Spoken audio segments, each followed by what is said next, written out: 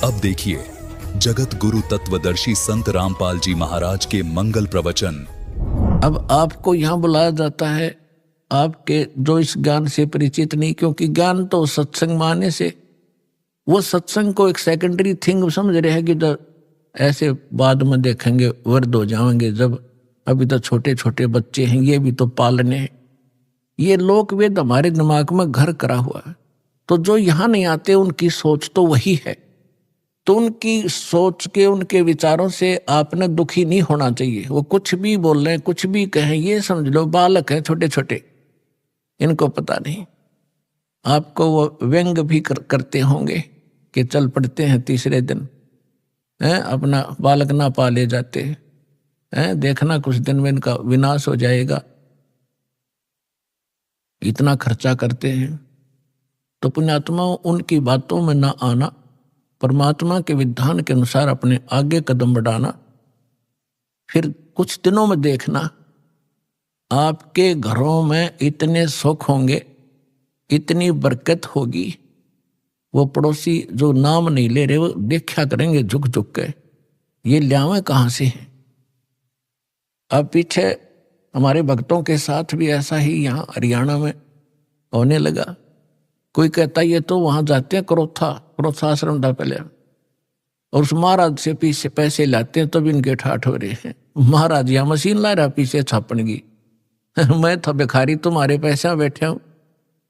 तो दास का प्रोसेस, परमात्मा का वो मार्ग है जिससे ये प्रफुल्लित होंगे।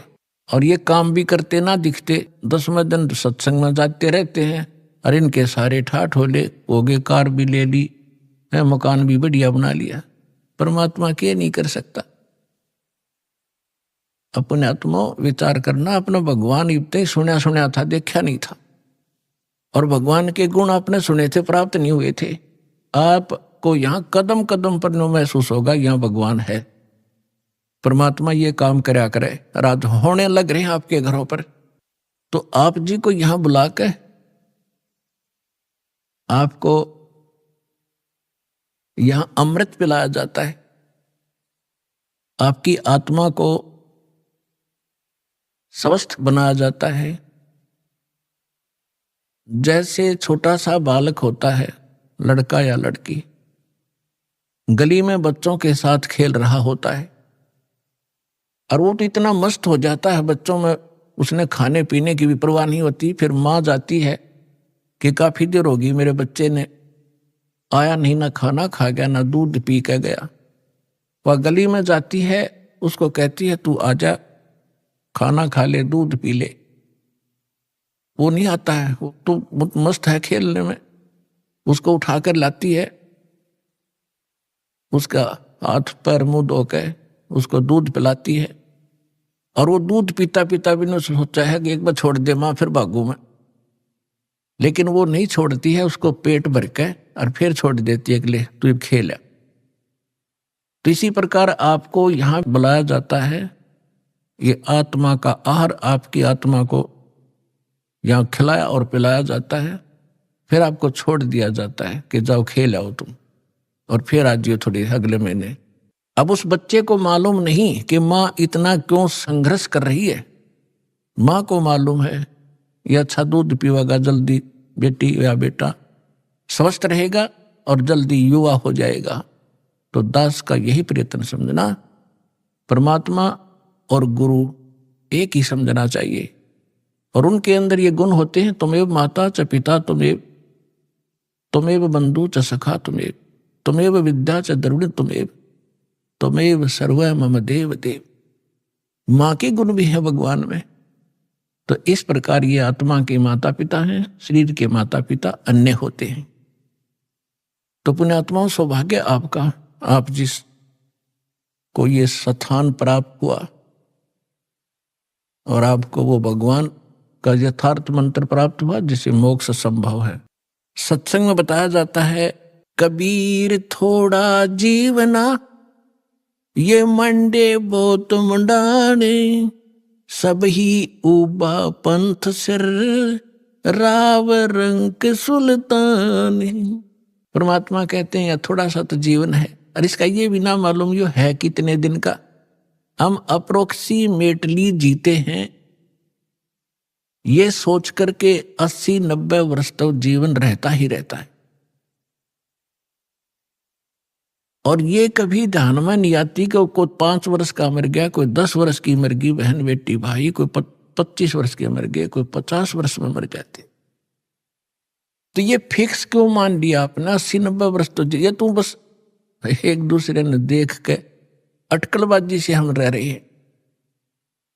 इसके विषय में परमात्मा कहते हैं, अपने ऊपर उदाहरण देते हैं, साथी हमारे चले गए हम भी चलन हारे, कोई कागज में बाकी रह रही तात लगी है वार। हम देखते हैं अपने साथ में रिश्तेदारों में वो जा रहे हैं और अपना भी नंबर आने वाला है, लेकिन हमारी कोई कागज में बाकी रह रही है। जिस दिन वो बाकी पूरी हो जाएगी फिर देखना आपकी भी टिकट कटेगी। कबीर थोड़ा जीवना और मंडे बहुत मंडान, बिना ज्ञान के व्यक्ति के आखिरी सांस तक ये काल ये बेदन लाए रखे, ये बनवा दूं वो करवा दूं। और बुढ़ापे में ज्यादा छिड़ा करेगा बीमारी, ना बालक माने ना उसकी बुद्धि ढंग से काम करे। बच्चों के बीच में बेमतलब वृद्ध आदमी टांग अड़ाए रखा करे, नो कर लो नाश करोगे तुम, फलाना ऐसे कर दिया। अब उस समय में जब बच्चे सियाने हो जाते हैं वो अपनी सूझबूझ से बहुत अच्छा ही करते हैं, और होना उनका वही है जो उनकी किस्मत में लिखा है। तो उससे परमात्मा कहते हैं कि रहना थोड़े से दिन है और ना जाने कहां तक कि तू एस्टिमेट लगाए बैठे है, ये कर दूंगा वो कर दूंगा, कोठी बना दूंगा, 2 प्लाट ले लेता हूं। परमात्मा कहते हैं ये बिना ज्ञान के डले ढोरे हो तुम, 1 मिनट का भरोसा नहीं। और मुकदमे कर रहा जमीन पे, कौरव पांडव लड़का मर गए इसी पृथ्वी पे, या यही रहेगी और वो सत्यानाश करवाएंगे। इन्हीं एकड़ जमीनों पर, इन किलों पर जो आज आप कब्जा करे बैठे हो, अरबों खरबों प्राणी मर गए इनको अपना मान के। काया तेरी है नहीं ये माया कहां से हो, चरण कमल में ध्यान रखो भाई इन दोनों को खो। ना काया तेरी, माया कहां से होगी जिसको ठीक है चिपका बैठा। उसके लिए परमात्मा कहते हैं भगवान के चरणों का चिपका रहे, भक्ति करता रहे। और जब तक यहां रहे इसको समझ ले एक रेस्टोरेंट है, और जैसा भी रेस्टोरेंट तुझे तेरे भाग में मिला है उसमें सब्र कर, संतोष कर, अपना टाइम पास कर। जो उद्देश्य लेकर तू उस रेस्टोरेंट यानी धर्मशाला में कोई कमरा बुक करा कर रह रहा है, उसका उद्देश्य क्या था, वो उद्देश्य यहां बताया जाता है। ये तन सराय धर्मशाला, ये तन सराय में जीव मुसाफिर करता रहे दिमाग रे, रात बसेरा कर ले डेरा चले सुबेरा त्याग रे। इस संसार रूपी शहर में और इस शरीर रूपी एक धर्मशाला आपको ये कमरा मिला हुआ है। ये किस लिए लिया आपने? आप यहां कोई व्यवसाय करने आए थे। राम नाम निज सार है, राम नाम निज मूल, राम नाम सौदा करो, राम नाम ना भूल। हम ये सौदा करने आए थे राम नाम का, और वो हम भूल गए इस सराय में और बकवाद करने लग गए।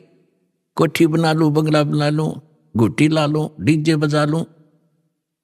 ये कोरी बकवाद हैं। एक जो विद्यार्थी अपने विद्या ग्रहण ना करके शराब पीवे, सिनेमा देखे और सैर सपट्टे को घूमता रहे तो वो उसके लिए हानिकारक है। इसी प्रकार मानव शरीर प्राप्त प्राणी एक विद्यार्थी है, और विद्यार्थी को अपना वही कार्य करना चाहिए जो उसका होता है।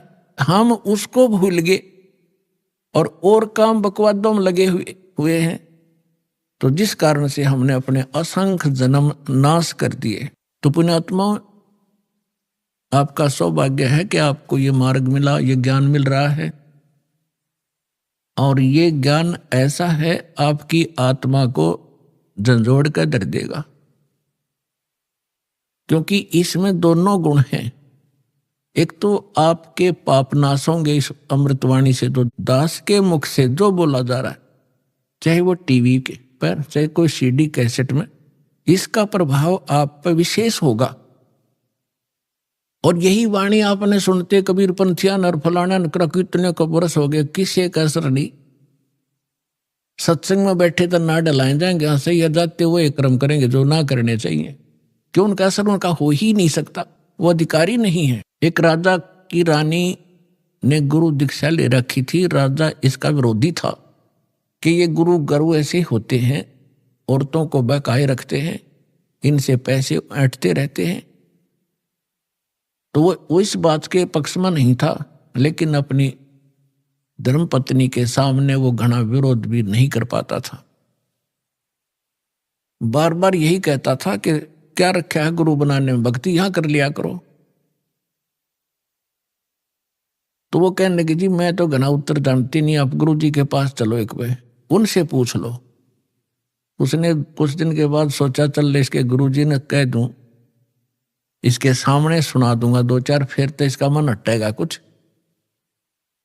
चला गया गुरुजी से ने, गुरुजी के पास जाते ही वो तो संत तो ये कहते हैं बच्चा भक्ति करो, परमात्मा का नाम लिया करो। तो उसने राजा ने प्रश्न किया कि क्या गुरु बनाना घना जरूरी है? महाराज जी भक्ति तो घर भी हो सकती है। संत जी ने सोचा भाई अब मैं कुछ कह दूंगा तो कति ज्यादा ही गुस्से मारा है, और फिर राजा है, ऐसे कहना ठीक सा नहीं लगेगा। उसने कहा जी देखो अब मेरे पास समय नहीं है, मेरा अपनी क्रियाक्रम का समय हो गया है, मैं कभी आपके घर पर आऊंगा और तब आपको बताऊंगा, विस्तार से पूरी डिटेल बतानी पड़ेगी, बहुत लंबा चौड़ा विषय है। राजा ने सोचा और बढ़िया, वहां इसका खूब दिमाग चाटूंगा। कुछ दिन के बाद राजा को संदेशा पहुंचाया कि जी आज गुरु जी आ रहे हैं। राजा ने सब व्यवस्था कर दी, आप बैठ गया सिंहासन पर, और संत के लिए नीचे एक अलग से कुर्सी ना दी, और काफी वजीर वजार उसके वहां खड़े थे। अब संत जी जाकर खड़े हो गए, वहां सैनिक भी खड़े थे, गार्ड। संत जी ने कहा कि ए सिपाहियों इस व्यक्ति को अरेस्ट करो, राजा की तरफ संकेत किया। अब वो सिपाही उस संत के कहने से राजा की को कैसे अरेस्ट कर ले, 2 बार कहा, तीसरी बार कहा अरे सुना नहीं तुमने। अब राजा पहले तो हंस रहा था कि क्या मजाक कर रहा है, फिर उन्होंने सोची तो भाई कति दर्द हो गया, कति राजा पाठ खींच मेरा छीन ले। राजा ने कहा सैनिकों अरेस्ट करो इसको। इतना कहना ही था, उस बाबा जी की दोनों तरफ तो बांह पकड़ ली सिपाही ने, चरचरा ना कहे, और ये इंतजार कर रहे थे अब क्या आदेश है नेक्स्ट। तब संत ने कहा कि हे राजन गराय आदमी की नो बेइज्जती करवाया करें।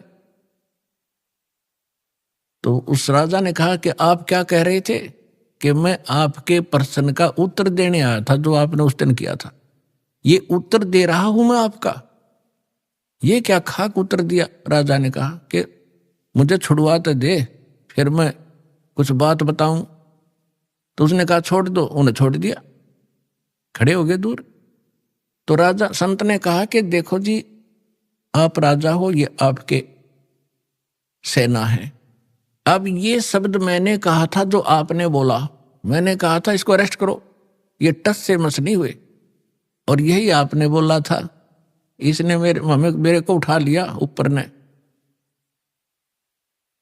तो ये आपके वचन से काम करेंगे, आपके वचन की शक्ति से चलते हैं। इसी प्रकार अध्यात्म मार्ग का मैं महाराज हूं, और जो वचन मैं कहूंगा वो क्रियावान होंगे। आप जैसे थे 100 वर्ष कहे जाइए, इन मंत्रों को कभी लाभ नहीं देंगे। समझदार को संकेत पर्याप्त है। तो परमात्मा कहते हैं कबीर एक दिन ऐसा होएगा सबसे पड़े बिछो, राजा राणा राव रंक सावधान क्यों न हो। एक दिन ऐसा होगा सब ते बिछड़ोगे तुम और कोई तुम्हारे साथ नहीं जागा। कबीर साहब कहते हैं हिड़की दे दे रोएगी सुरता जब तू चलेगी अकेली। आज तो इस परिवार में आपका खूब दिल लग रहा है, या कोठी मेरी, बेटा मेरा, बेटी मेरी, या कंपनी मेरी।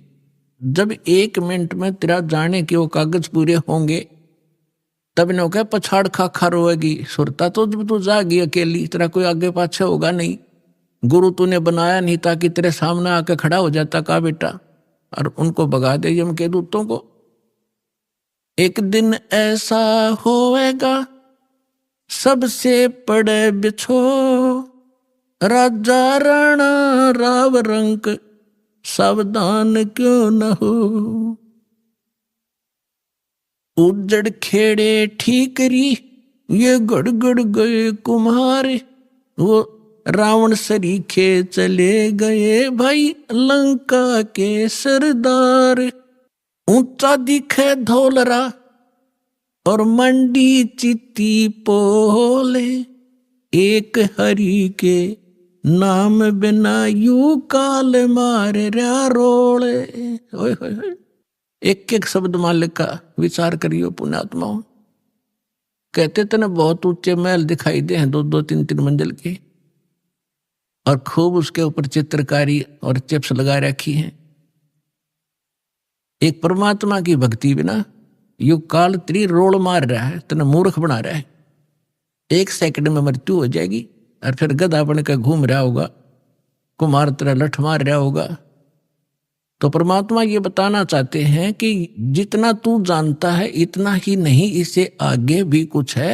वो परमात्मा या उसके बच्चे संत ही बताया करते, उनसे तुम संपर्क नहीं रखते। आप जिस समाज में रहते हो उनको इतना ही ज्ञान है जो आप प्रतिदिन कर ही रहे हो। परमात्मा कहते हैं कहा चनावे मेड़िया लंबी बीत उसार, घर तो 3.5 हाथ वही घना तपोड़े 4। परमात्मा कहे के खुशी मना रहा है लंबी लंबी 4 द्वारी बनाकर ऊपर नियम बरवा के कि घर तो 3.5 हाथ घना तपोड़े 4। और कह कबीर अधिकाग है उनको नहीं विचार। अपना हाथ इतना होता ये, इसको हाथ बोलते हैं अपनी देसी लैंग्वेज में। प्रत्येक व्यक्ति का अपना शरीर 3.5 हाथ का होता है। हूंठ हाथ कहते हैं, हूंठ हाथ 3.5 हाथ। तो परमात्मा कहते हैं आपने तो 6 कमरे की कोठी बना रखी है, एक कमरे में एक पलंग पे एक कोण में वही सो सकता, कोई से में सो ले। तो कहने का भाव यह है परमात्मा का कि आप जी दूसरों को देखा देखी अपने कर्म ना बिगाड़ियो। जो तेरे भाग में भगवान ने दे रखा ठीक है, 1-2 कमरे 4 दिशे तेरे बना ले, और ना भी होता तो धक्का ना करिए, उसी में टाइम पास कर ले। सिर्फ ये सोचकर ये रेस्टोरेंट है, हमने कुछ दिन टाइम पास करना है। फिर हमारा दृष्टिकोण अपने परमात्मा पर आना चाहिए, कबीर भगवान पे। ये समर्थ थे, एक वर्ड में एक शब्द में सारे ब्रह्मांड रख सकते हैं। पृथ्वी उस पर सब घास फूस बना सकते हैं, फिर पेड़ पौधे पैदा कर सकते हैं एज इट इज, फलदार नो के नो, सूर्य चांद बना रखे।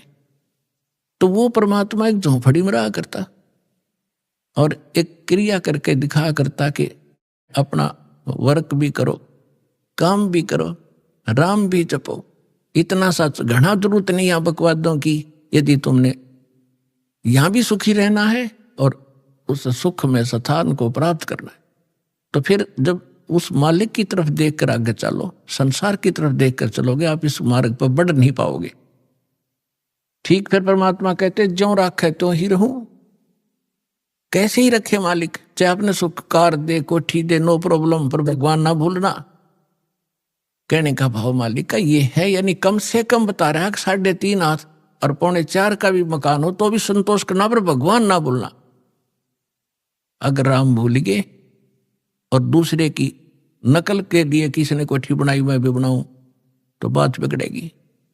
भगवान कोई बालक नहीं, सब पता उसको कि इस बच्चे को जब तक खिलौना नहीं मिलेगा यो आगे नहीं चलेगा, तो वो भी खिलौने यहाँ वो देगा आपको, ऐसी बात नहीं, बालक नहीं है।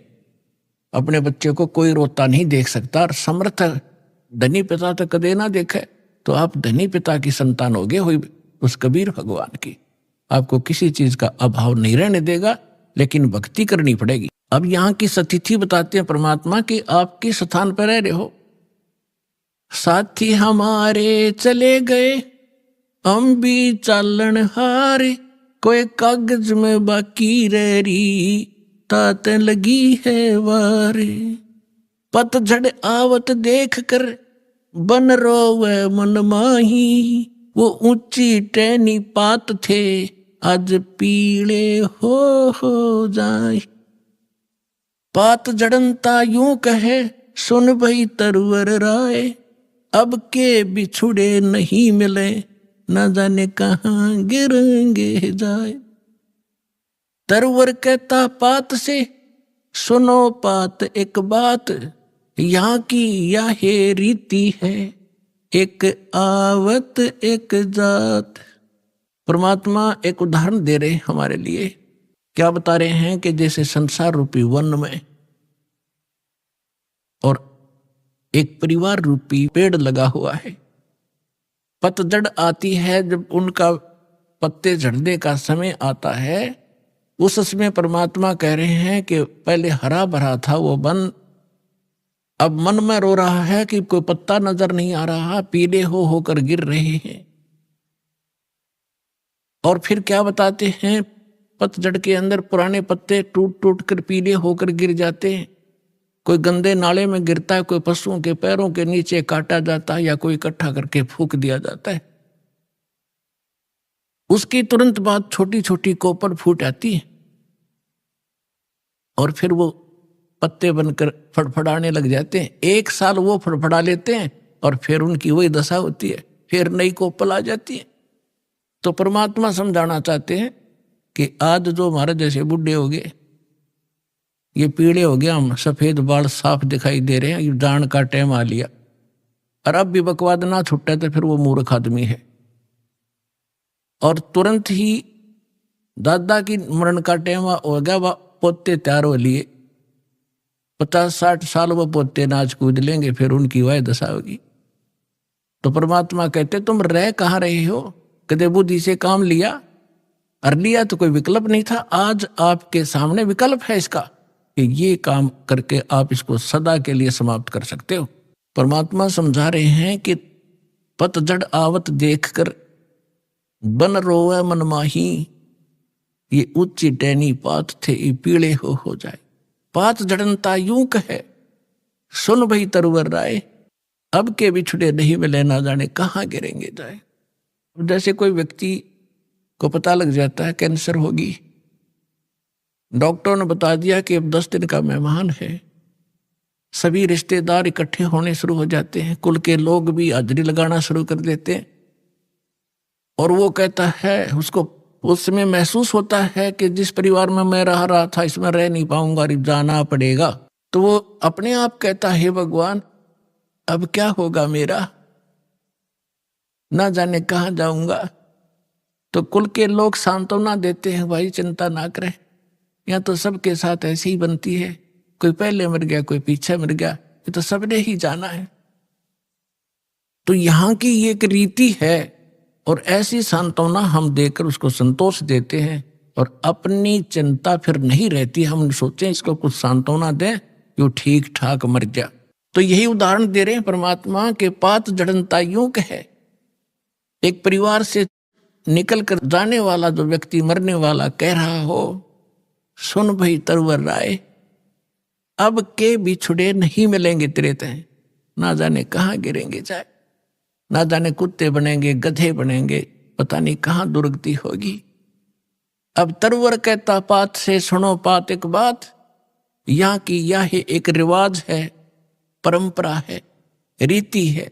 एक आवे पोता आ गया, दादा की टिकट कट गई, एक आवे एक दात, यहाँ यह चिंता तो करा मत, ये तो होगा, अब इसका विकल्प बताते हैं परमात्मा। अगम निगम को खोज ले, बुद्धि विवेक विचार, उदय अस्त का राज मिले, तो बिन नाम बेगार।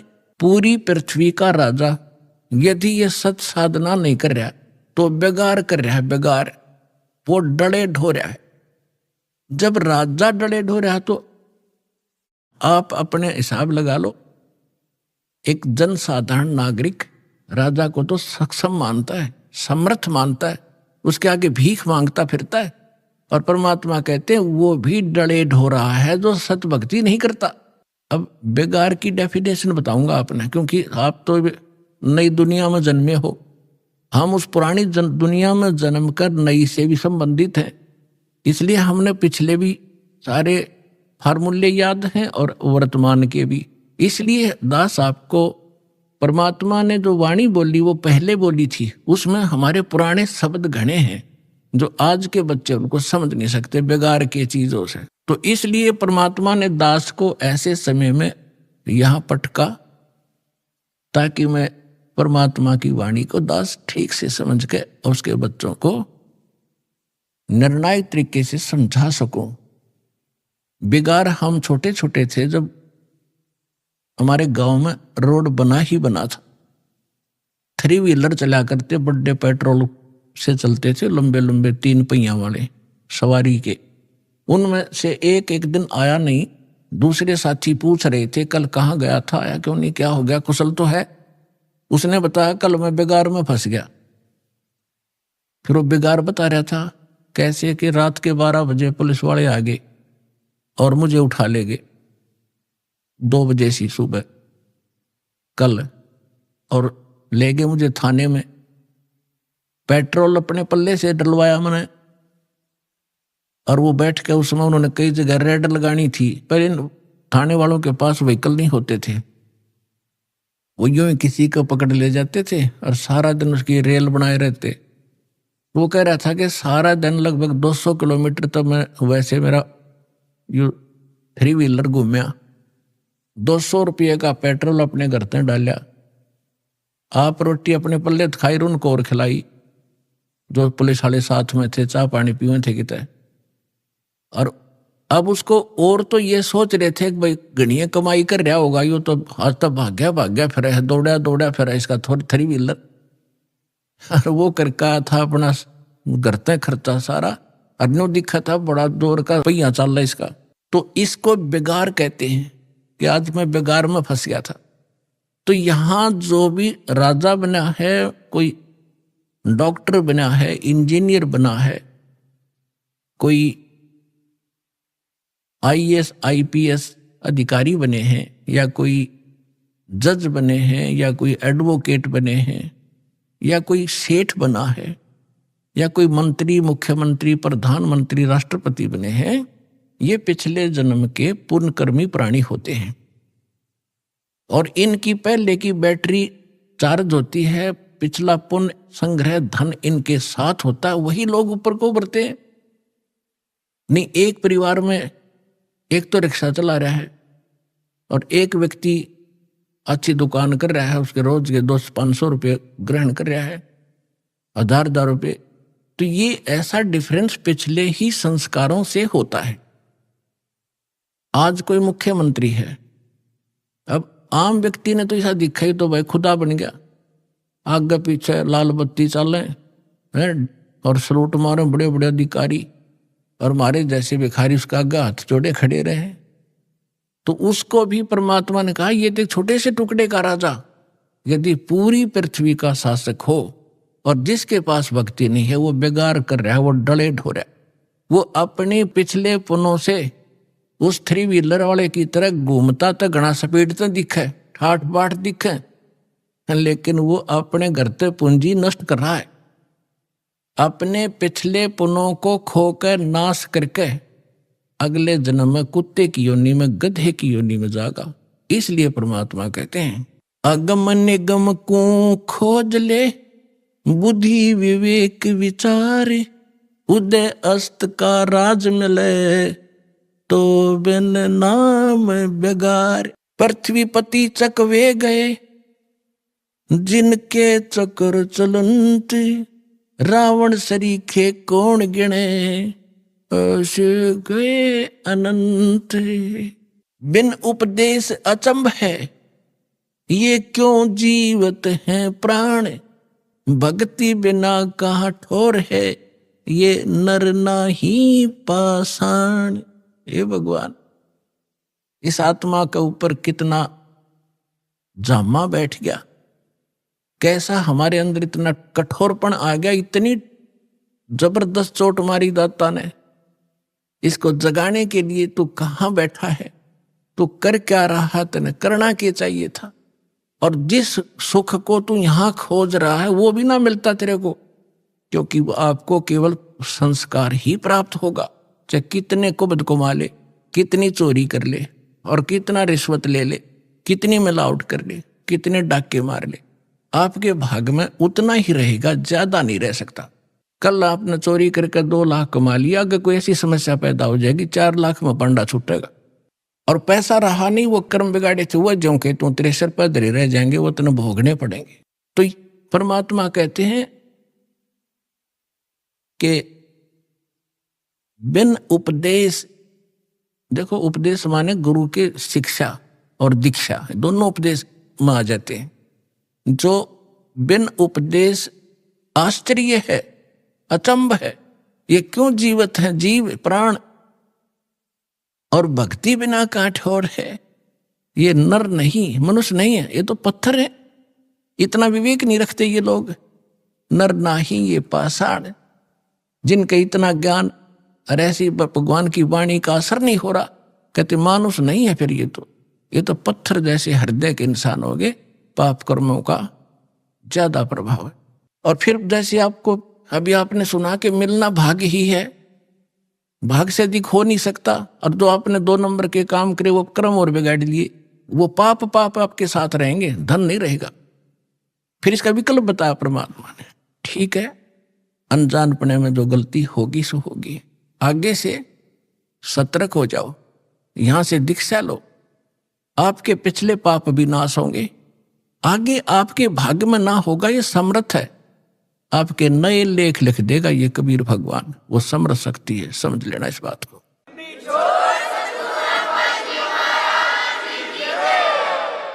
बिन उपदेश अचंभ है, क्यों जीवत है प्राण, भक्ति बिना काठोर है, ये नर नाही पाषाण। आगे गए ना बावड़े, रहते भी सब जा, बिन साहेब की बंदगी, कहीं ठोर ठिकाना ना। होय पुण्यात्माओं, कलेजा फटफटा होगा आपका एक दिन, जब आपका पाप कर्मों का बुखार उतर जाएगा, आत्मा निर्मल हो जाएगी, आंखों से आंसू नहीं क्या करेंगे जब ये वाणी सुना करोगे। अब क्या बताते हैं परमात्मा कि जो हमारे दादे परदादे पहले चले गए, उन्होंने तो आके बताया नहीं उनकी के दुर्दशा हुई, और शेष भी जा रहे हैं। अब भगवान आके बताते हैं स्वयं, और फिर उस जिन संतों से वो मिलते हैं वो संत बताते हैं।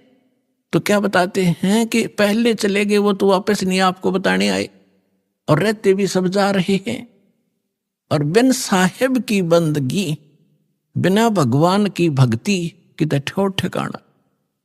अब यहां समस्या और आती है, भगवान कौन है, साहेब कौन है। अब ये दास ने आपको बहुत बार बता रखा है, इसको बार बार रिवाइज ना करूं, क्योंकि देखो एक तहसीलदार भी साहब है, मालिक है, स्वामी है, एक कमिश्नर डिप्टी कमिश्नर भी डीसी भी स्वामी है, डीएम बोल रहे कई जगह उसको, और मंत्री भी, पर मुख्यमंत्री भी साहब हैं, प्रधानमंत्री भी साहब है, राष्ट्रपति भी साहब। तो यहां कौन से साहब की तरफ संकेत किया गरीबदास जी ने, उनका कौन साहब था। अनंत कोट ब्रह्मांड का एक रुति नहीं भार, सतगुरु पुरुष कबीर हैं ये कुल के सिरजनहार। हम सुल्तानी नानक तारे दादू को उपदेश दिया, जात जुलाहा वेद न पाया वो काशी में कबीर हुआ। यानी ये भगवान भी बता दिया है वो साहेब कौन सा जिसकी भक्ति करनी चाहिए। ये वो परमात्मा है जो काशी में धानक जुल्हे रूप में कबीर नाम से आए थे। ये अनंत कोट ब्रह्मांड का स्वामी, ये है मेरा साहेब। तो यहां कहते हैं अग गए ना बावड़े रहते भी सब जा, और बिन साहेब की बंदगी कहीं ठोर ठिकाना ना। जैसे आज यहां प्रधानमंत्री बन गया, भक्ति की नहीं तो राजा का नेक्स्ट जीवन गधे से शुरू होता है। ये विधान बता रखा है भगवान। अब गधे का जीवन जब पूरा होगा वहां मृत्यु, फिर कहेंगे चलो कहा कोई पुण्य बना है तो स्वर्ग में जाओगे। स्वर्ग का समय निर्धारित है आपके पुण्यों के आधार से। आपकी पूंजी जब समाप्त हो जाएगी फिर चलो नरक में, पाप वहां भोगने पड़ेंगे। जब तक हम कबीर साहब की शरण में नहीं आते, इस दास से उपदेश लेकर इस सतभक्ति आप नहीं करोगे, तो आपको केवल वर्क डन मिलेगा। जैसा कर्म किया वैसा ही भगवान आपका, थारा भगवान उतना ही फल देता रहता है। जिसको तुम भगवान मानते थे वो केवल इतना ही काम कर सकते हैं, जैसा कर्म वैसा ही फल। और ये परमात्मा आपके पाप नाश करेगा, ना भाग्य में होगा, और आपको आवश्यकता होगी नो नहीं बेमतलब डिमांड करोगे वो नहीं मिलेगा। एक विद्यार्थी जो आवश्यक वस्तु मांगता है पिता माता वही देते हैं, और वो मांगा मैंने बंदूक ला दे कि पागल है पिताजी, विद्यार्थी को गन ला के देगा तो ऐसी डिमांड करोगे फिर नहीं मिलेगी आपको। हाँ जो आवश्यक होगी, समर्थ पिता सब कुछ देगा अपने बच्चे को, हर पल पल पर सारी सुविधा देता है, तो आप समर्थ की शरण में आ गए हो।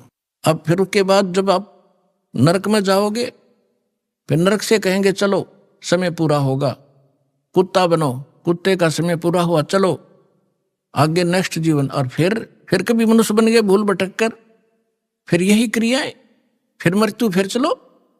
तो कहते हैं आगे गए ना बावड़े ये रहते भी सब जा, और बिन साहेब की बंदगी कहीं ठोर ठिकाना ना। और इस परमात्मा की भक्ति ना करने से क्या कहते हैं, संसा शोक सराय में सूतक दिन राती, जीवत जग में जूते पड़े फिर जम तोड़े छाती। कि सब किसी ने देख ले, किसी का ज्ञान कंप्लीट नहीं, सब शंका के अंदर है, सबको संशय बना हुआ है, सबको ये चिंताएं सता रही है। कहते संसा शोक सराय में, इस मनुष्य रूपी सरा में ये तुम्हारे अंदर भर रखी काल ने। और सूतक दिन राती, सूतक एक टेंशन खत्म हो दूसरी तैयार, वाह कितना तो सेट हो इतने तीसरी तैयार। कहते सूतक सी हो रहे तुम्हारे इस दिमाग में। अभी आपने सुने संत रामपाल जी महाराज के मंगल प्रवचन।